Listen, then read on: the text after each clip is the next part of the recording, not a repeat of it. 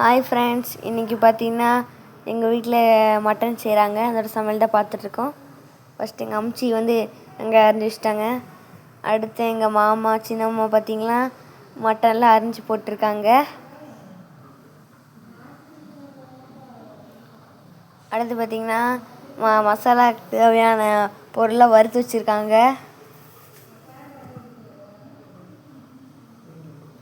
அடுத்து எங்கள் பெரியம்மா பார்த்திங்கன்னா வெங்காயம் வணக்கிட்டுருக்காங்க.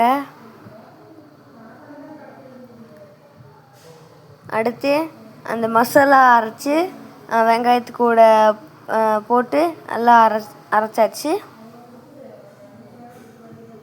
இந்த மாதிரி திக்னஸ் இருக்கணும்.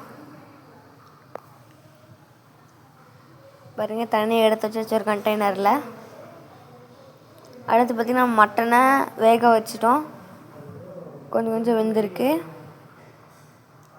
அடுத்து ஒரு வடக்கில் வச்சுட்டு கொஞ்சம் எண்ணெய் ஊற்றிக்கோங்க.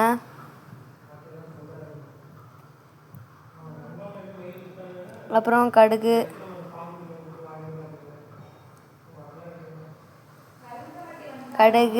பொரிஞ்சதுக்கப்புறம் தக்காளி, வெங்காயம், கருவேப்பிலை, மிளகா இதெல்லாம் அரைச்சி வச்சுக்கோங்க.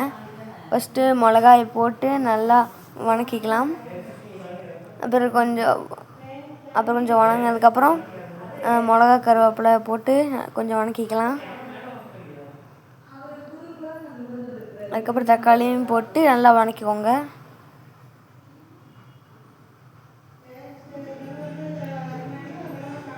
வணக்கிட்டு இருக்கிறப்போ கொஞ்சம் உப்பு போட்டுக்கோங்க.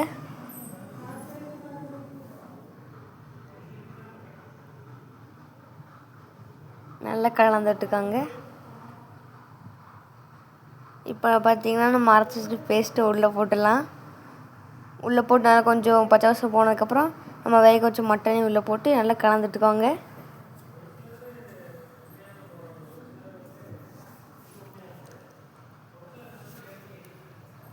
அப்புறம் கிரேவி நல்லா வெந்ததுக்கப்புறம்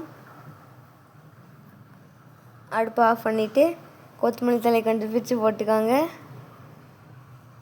அப்புறம் கொஞ்சம் கிளறி விட்டுருங்க.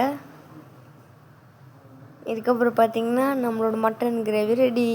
பாய்.